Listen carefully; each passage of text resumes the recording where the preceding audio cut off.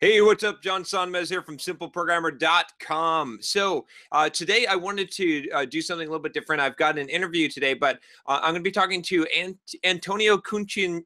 Oh, gosh. See, I practiced ahead It's of time. okay. It's okay. You almost there. Almost Cucciniello, there. right? Cucciniello. Yeah, yeah. It's All a right. lot better than like the automated voice messages. They call me Cucciniello. I don't even Uh, understand how they come up with that, to be honest. But it was a good try. Good try. You got it. I had extra pressure because I'm learning Italian, so I'm supposed to be able to say it. So it's funny though, because I with the Italian words, like I'll see it and I'll be like, if it's a new word, I still just it just still if it's Really? complicated. But yeah, yeah. Did you get better while you were in Italy at least? I got better at speaking it, not in Mhm. not in reading and saying it. So definitely it was interesting, like speaking in the town. When I first got there and I started speaking it in Italy, it was hard. So But you went to Rome, right? Where else did you go? I went Rome, Cinque Terre, uh, Okay. to outside Florence area, like the Tuscany area, and then Mhm. to Venice. Okay. And Yeah. did you notice any different dialects, I guess, while you were in the different areas? Because you've been Not. learning like Yeah. straight Italian, right? Yeah. Yeah. Mm. Mhm. I know the dialects can sometimes be completely different. Like Sicilian is completely different than a regular Italian. It's almost like two different languages. Yeah, in fact, it is two different languages. I was looking it up, but yeah, I didn't notice much. I mean, I'm in the touristy areas too, so Mhm. I think that I probably didn't have as much of a difference in the dialect.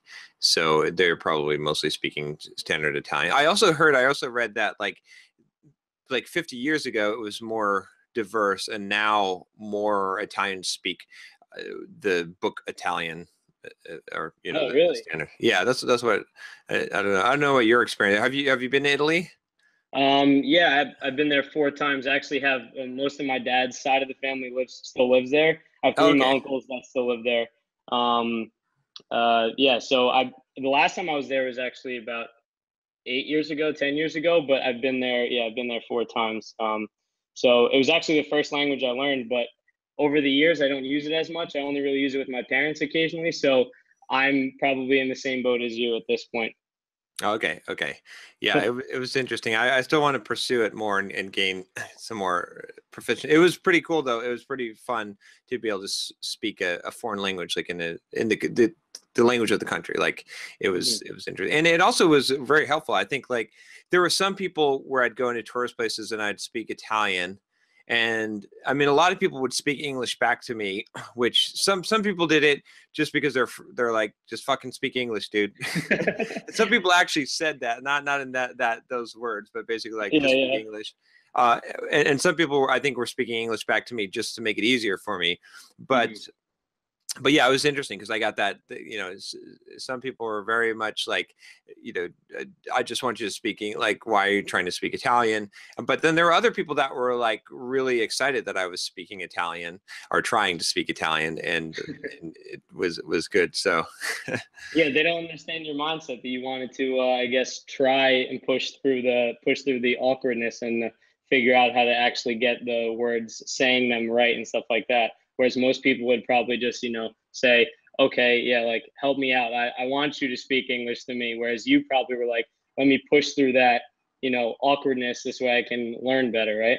exactly, yeah. In fact, there was I just insist, like after the first or second day, I was like, okay, a lot of people are going to be speaking English back to me, so I'm just fucking speaking Italian. Like I don't care what they speak, what they say, I'm just like, and so there were definitely some instances when I was ordering things in restaurants where the waiter was getting annoyed because he's like, just say it in English, and I'm like, Mhm.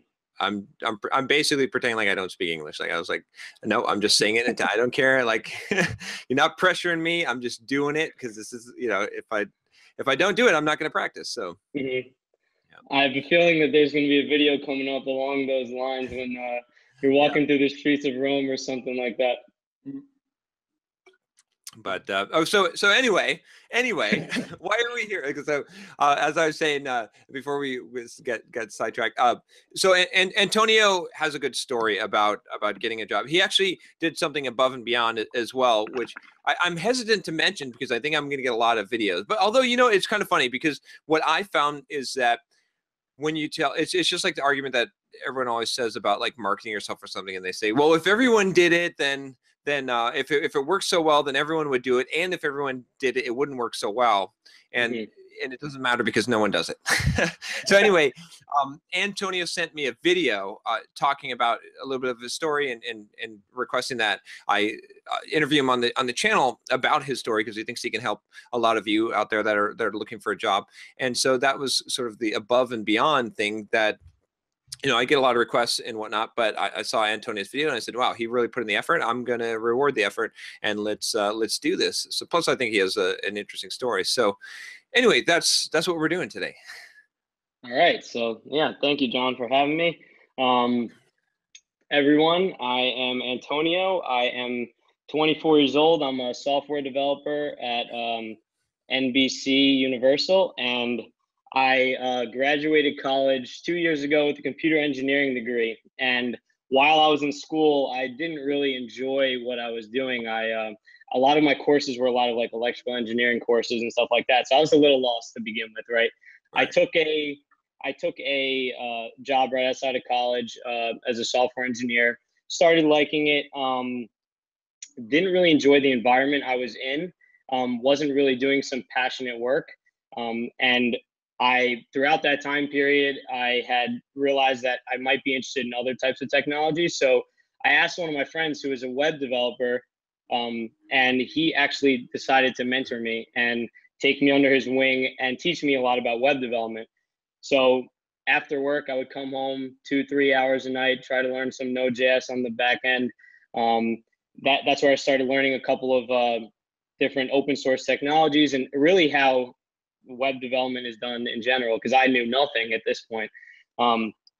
So fast forward a year at my job, I decided I'm going to quit. Everyone's telling me not to, you know, they're all like, what are you doing? You're stupid. You're getting paid well. And I just wasn't happy. So I was like, I have to leave. So I'm thinking that I was good enough at this point in time as a web developer to get a job within 3 months. So I had set a goal for myself that I would get a job by 3 months of me leaving my job. And boy, was I wrong. So I actually kept a journal of places that I interviewed at. And I would keep writing notes for each of my interviews, right? And at the end of each interview, I would try to write down what I did right, what I did wrong, and take the feedback from the people.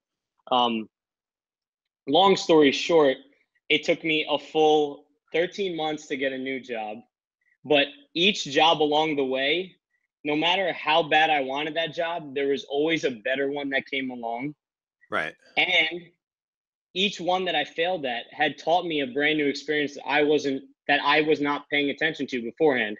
And to me, that what happened to me really made me realize that whole model that you have of trust the process, because the process led me into the best job that I had out of all of the possibilities that I applied to and even interviewed at. And on top of that, I'm happy now, and I was getting paid a lot more in my last job and doing what I really enjoy. So the main thing that I wanted to harp on was don't give up right after your first, you might get shut down after one interview. It took me 31 companies to interview at to get a job as a web developer. And each one I would come back, after the first one, I was sad for a couple of days, like, wow, I really wanted this one. Then the next one would come by and I'd be like, oh, this one's really awesome. I'm going to get this one. Boom, get shut down again. Have to learn something from it. But it was a whole process of me getting shut down, me realizing, okay, what did I do wrong here? Because obviously they would have hired me if I was perfect. Going back, talking to my mentor, we have mastermind meetings once a week where we discuss, what I could have possibly done better. And from there, I eventually got every step of the process down pat and was able to land the best job that I could have gotten from all of those ones that I applied to. So yeah, that's my story up until now.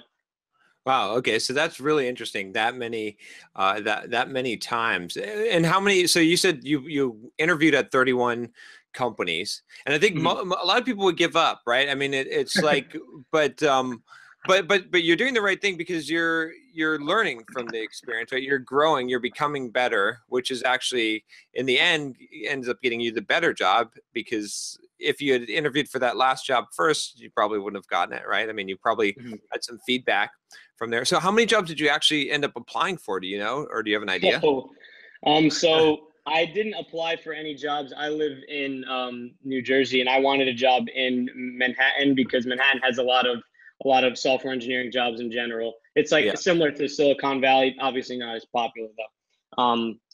So I applied to only jobs on the East Coast, but I applied to, I want to say, to at least 200 to 300 jobs throughout that entire time period.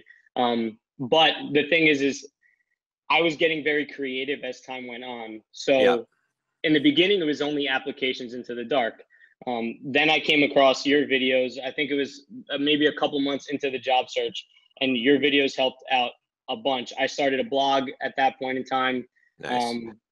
So, and then from you, actually, I came up with, I'm going to commit to at least one blog post a week, no matter what it is. In the beginning, I was like, I hate writing. I hate writing so much, but I had to come down with a process and say, okay, I'm going to write. So I started writing, and then I would share the blog posts on Hacker News, and some people would pick it up. And actually, from one of my blog posts that I posted on Hacker News, a publishing company reached out to me, and they asked for me to do monthly technical blog posts for them. And actually, I'm still doing it with them right now, but that got me a bunch of exposure as well that I would have never gotten if I never took that first step, right? So it's all those minor steps along the way that if you put that work in every single day, eventually the process will put you into that right direction of exactly where you want it to go. Right. Yeah. Yeah. That's good. Yeah. That's interesting too with I mean, getting that exposure too, right? I mean, that makes it's like you keep on doing it, and then eventually you have to connect, right? I think and so many people, like you said at the beginning, they give up way too early because they don't see the results. But if you just trust the process, if you just trust that if you just keep on going, you're going to have to, and it's not like you're just blindly trusting. I mean, you're taking feedback and you're making changes, and you just know that if you keep on course correcting, you're eventually going to get there. So what about how long? So, it's definitely a longer amount of time. Like I would have agreed with you. Like if you said to me, oh, it'll probably only take about 3 months to get another job, I probably would have said, yeah, it probably might even be faster than that. It's funny you actually say that, because I was watching one of your videos and you were saying like something along the lines of quitting and starting your own company, and if the worst thing that can happen is that you would go back and just go get another job. And I'm thinking like, yeah, John, it's not that easy. All right. I think it depends too on how much, so how much experience did you have? Like what was on your resume? So I only had one internship at the same company that I had the full-time job at. So in total, I had about 13 months of real world experience and my computer engineering degree. But here I am, everyone's telling me, oh, you're wasting your life away. You're wasting your life away, saying that you went to school for engineering and you don't have a job. Everyone told me, oh, you get a degree in engineering, you'll definitely get a job. You'll definitely get paid a lot. It's not that easy. You need to be creative and really push past a lot of boundaries, especially in a tough job market. Oh yeah, definitely. Yeah, and it definitely does matter too, right? I mean, like having a computer engineering degree as opposed to computer science or software development degree, and then also having basically a lot of your experience being an internship plus a little bit of real work experience, it's definitely going to be more difficult to get a job, right? I mean, it's almost the same as just starting out in that case. So, but yeah, that's why I tell so many young developers that are just that are in college or getting out of college, like, yes, start the blog now, because it's going to take you a few years to get that momentum. Like you want to be in a position, you want to have created enough of of a reputation and brand, personal brand for yourself, that if you lose your job, you can get another job tomorrow, right? And I think Exactly. you probably figured this out from your, you know, from your syndicating, from your the blogs that you're writing for the publishing company and whatnot. Like you over time, like you'll eventually get like a list of people where you could just, you know, if you just reached out on your blog and said, hey, I'm looking for a new job, you know, there's going to be 5 emails that are going to say, oh, we'd like to hire you right away. And that's, I mean, that's a good place to be. That's a good feeling. And then it also gives you the ability to, you know, to basically, you know, say, fuck you to anyone. Like, I mean,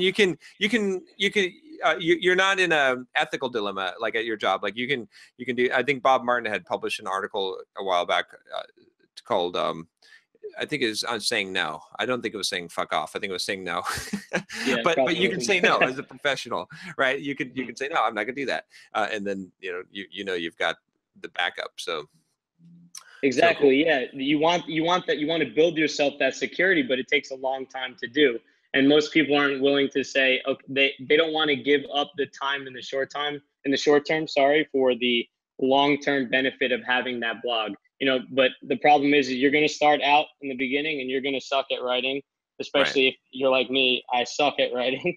But now as time went on and me getting used to this blogging process, you know, I became way better. And at the same time, I now have a blog that has a bunch of posts, and it's more and more people are going to be able to find the blog, and more people are going to be attracted to it and want to see me as an authority figure on, you know, certain topics because they read my blog post on it, like you were saying. And when you walk in the interview and then someone's like, "Oh, I think I read your blog post on Right. whatever." I remember you said that one time. Exactly. So tell me what it was like when you're going through this process, though, because I think, you know, I want to understand a little bit of the mindset of that kept you going for this long. Because a lot of people, because I think, you know, this is one of the reasons why I wanted to interview too, is because I think this is helpful, because there's a lot of people that email me that are like, oh, I've been searching for a job for a long time, you know, and or they're trying to become a programmer, and it's I feel like they don't have the right mindset, because they're kind of expecting to fail. Mm-hmm. And I mean, you came in like expecting to get a job in less than 3 months. So what happened when that, you know, reality met, you know, you had that harsh crash into reality? Like, how did you keep it going? Like what kept you thinking, and what signs did you see that let you know that you're on the right trail still?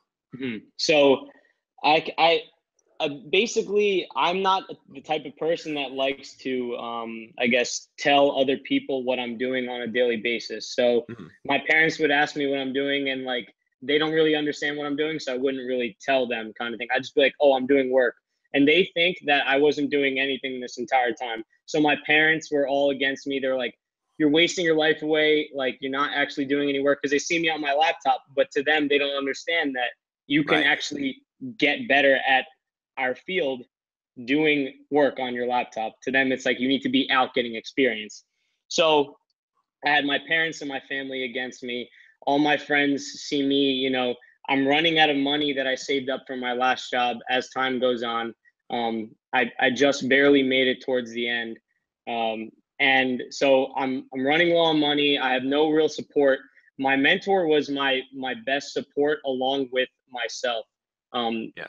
I think I had to build a fortress in my mind to almost cut out everyone else's negative influences because Yep. I was surrounded by it so much. So things like meditating, things like visualizing every morning and night what I really wanted, saying affirmations when I'm just in the car Yep. alone. I like Tony Robbins talks about doing the incantations, like actually saying them with a lot of emotion behind them.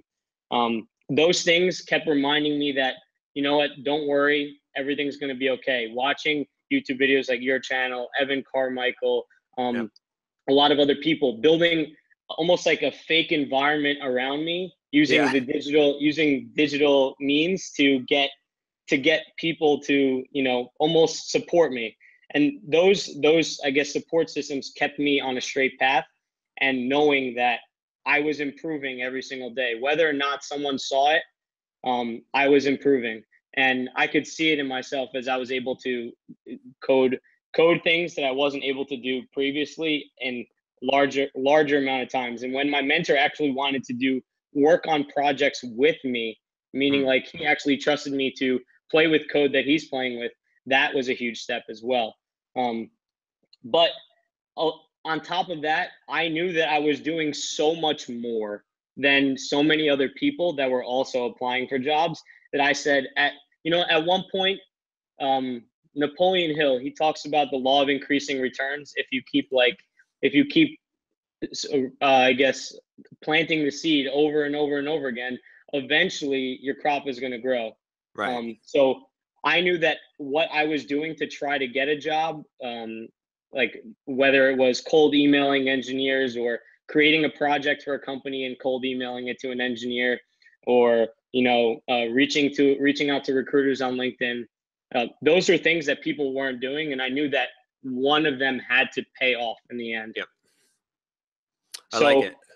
It was really a combination of me and all of these digital forms, keeping myself level-headed, and then at the same time just keep putting in the daily work and seeing the progress as time went on.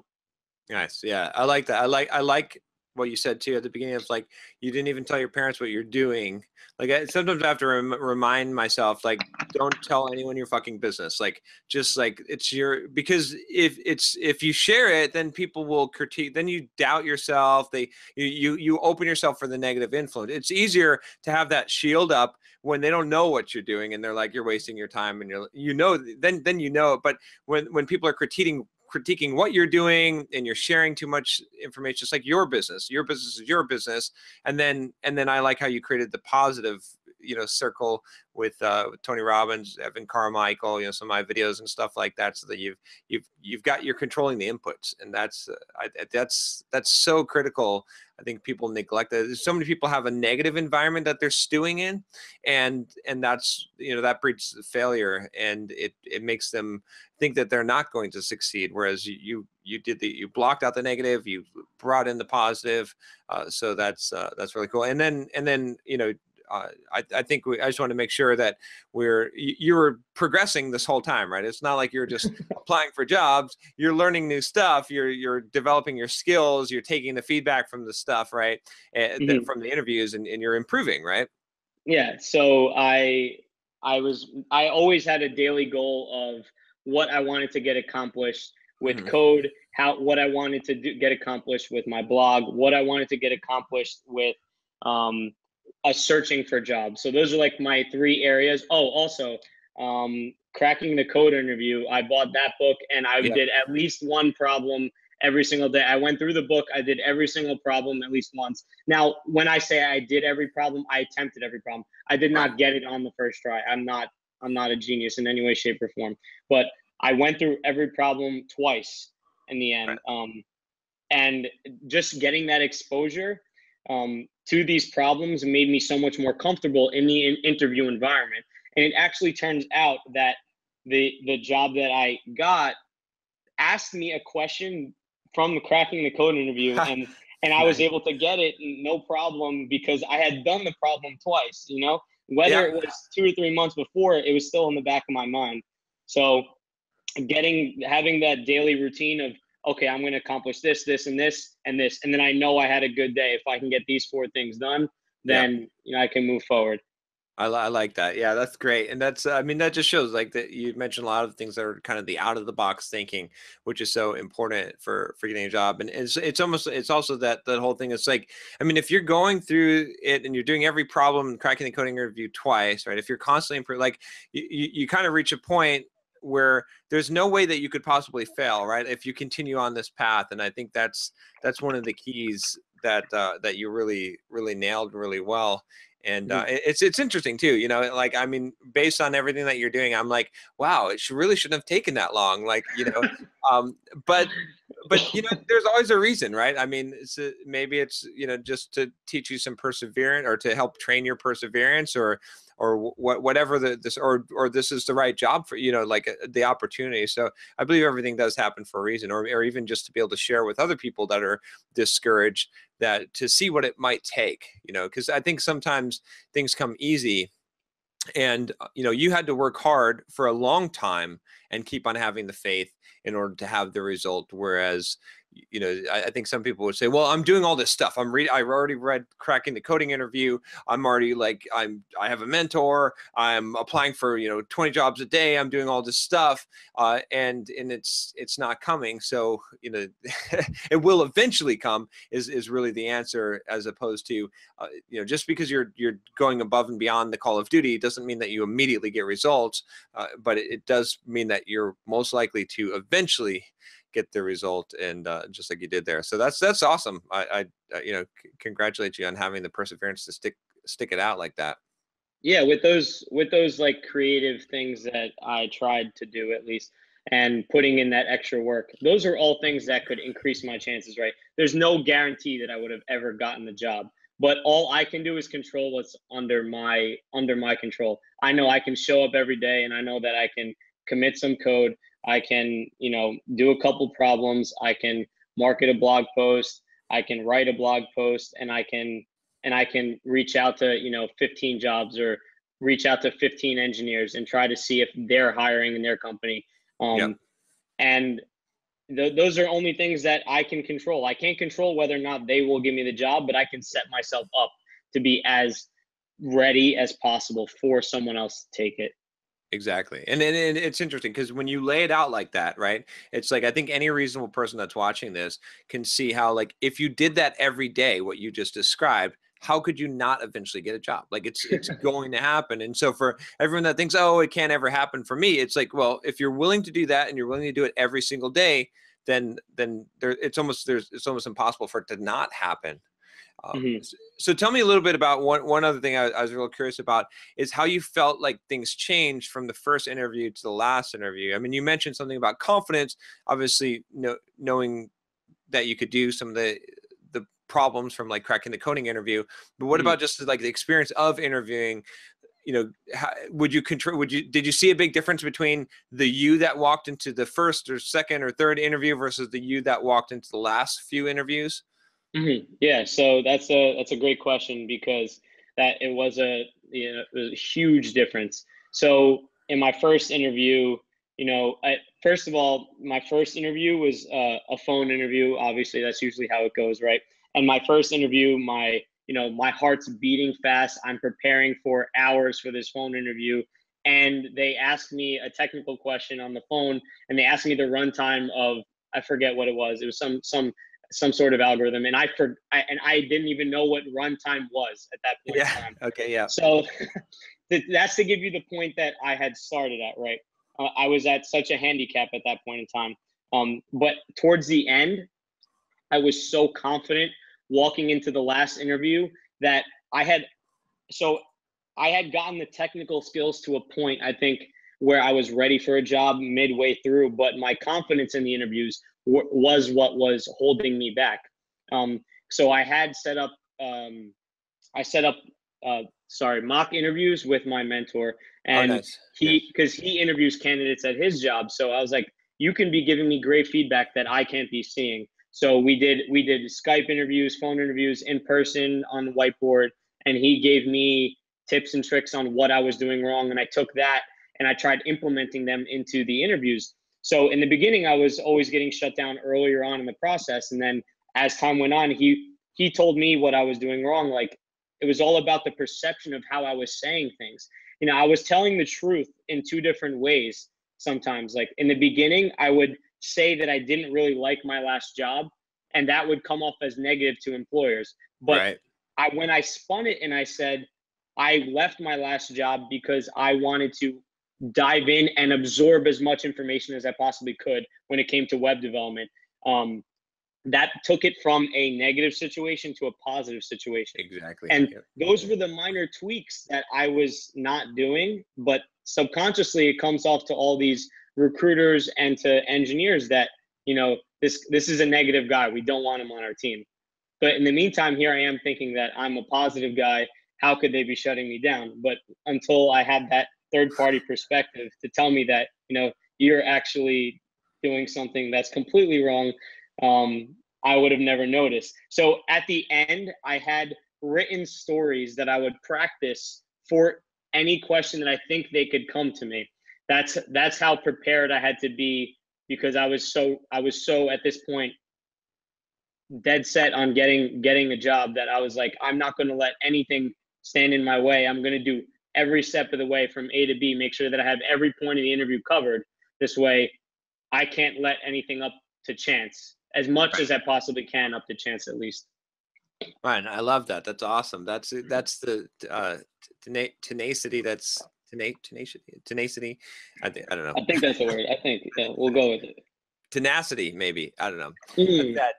that you have to have really to succeed, not just in a job search, but in anything. I mean, this is just a good story, I think, for anyone, whatever you're trying to do. Like, are you willing to go to those lengths, right? I mean, you just like kept on seeing what was wrong and keep on seeing how can you change things and how can you alter the approach until you get there. I mean, the idea that you have the stories already constructed and you're practicing those, right? I mean, when I think about this, when I hear this, I think everyone watching this, the best thing I think they could take away from this would be to understand that, like, if you're willing to go, like, this is how far you need to be willing to go, right? I mean, how far for those that are watching that have been unsuccessful in their job search for some period of time, how far did you go? Did you go this far? I don't think you went this far, right? I mean, you know what I'm saying? Maybe some people have, but most people won't. And I know, because I talk to my coach people that are looking for jobs, and they're like, well, I applied for a bunch of jobs,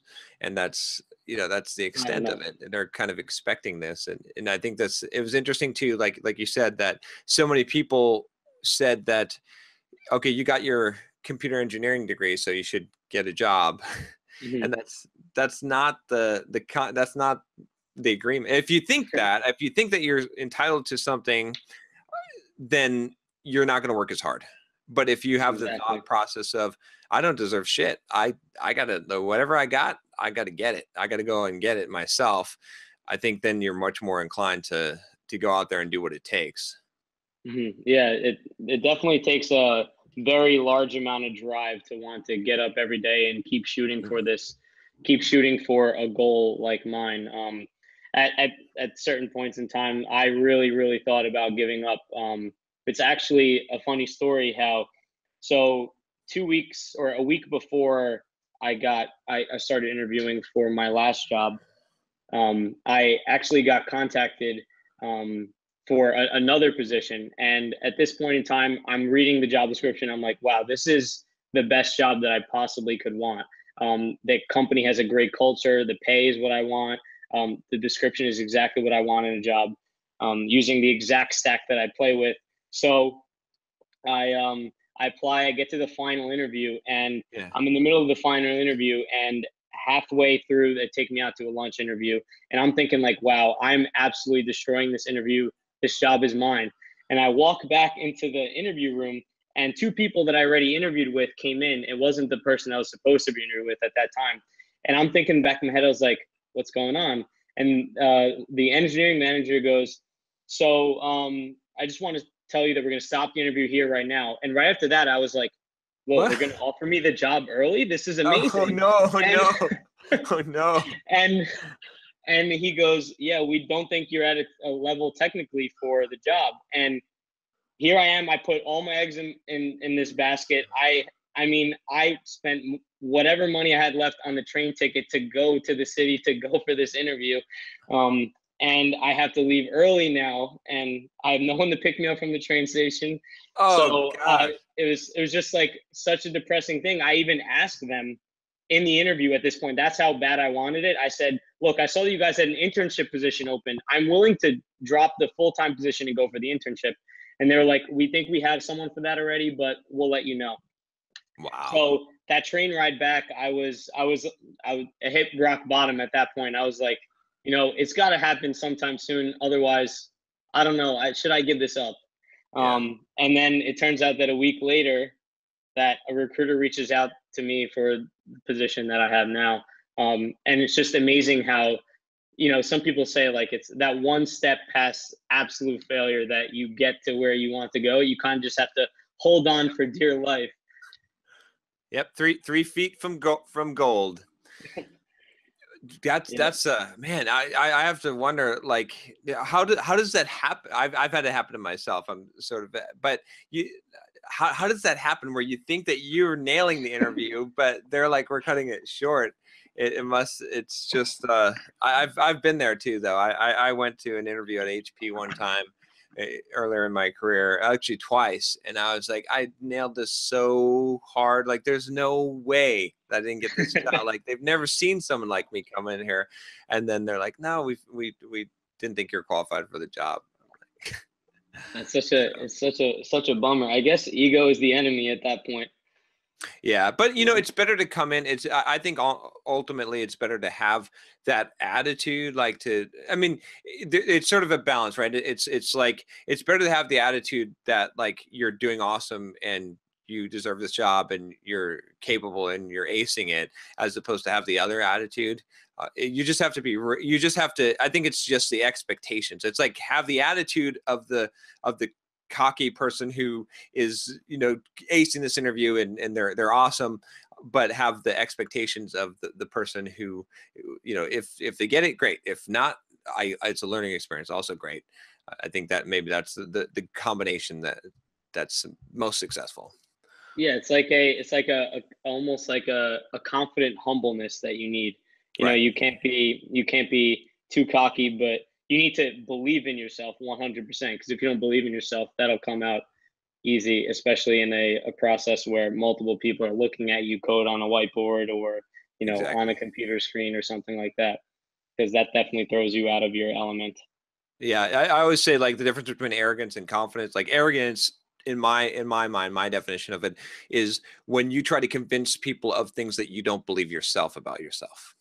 And but confidence is when you just state what you know to be true, right? So, or you act in the way that you know is true about yourself. So confidence requires a true belief, which is usually based on experience. It has to come from experience. Where arrogance is almost always, it's like you don't really believe it, because we never say that someone's arrogant when they're talking the truth about themselves, or that we feel that they believe. But we always say that we sense someone's arrogant when we're like, yeah, they're trying to show us something that they might not actually believe about themselves. Like, they Yeah. want me to believe that they're trying to convince themselves and me of this thing. So Yeah, that's definitely true. Arrogance is almost like a bloated type of confidence. It's not really there. It's breakable, whereas confidence is not breakable. It's backed behind something. You actually believe in that. right. Yeah, exactly. Cool. So, all right. Well, thanks for coming on and sharing your story. It's hopefully it won't be disheartening. I had a little bit of fear of that, but I think it's good to to see both sides, because sometimes I have these success stories and someone's like, oh yeah, I never coded before in my life and I got this 6-figure job in 2 months. And I'm like, great, that's awesome. But the other end of it is, maybe it's going to take a year. Maybe it's going to take some people 2 years. But you got to ask that question: how bad do you want it? Is always the question. And so if you want it bad enough, you'll do what's required, and it may take some time. But so Definitely will. Yeah. Thank you for having me today, John. I really appreciate it. It's awesome time talking to you. All right, Antonio. Have a good one, and Have a great day. congratulations. Thank you. See ya.